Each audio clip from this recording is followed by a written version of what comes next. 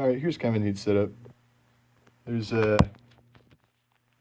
3 coils under here with the screws for cores, as you can see them poking through the wood there. Neodymium magnets and a fidget spinner.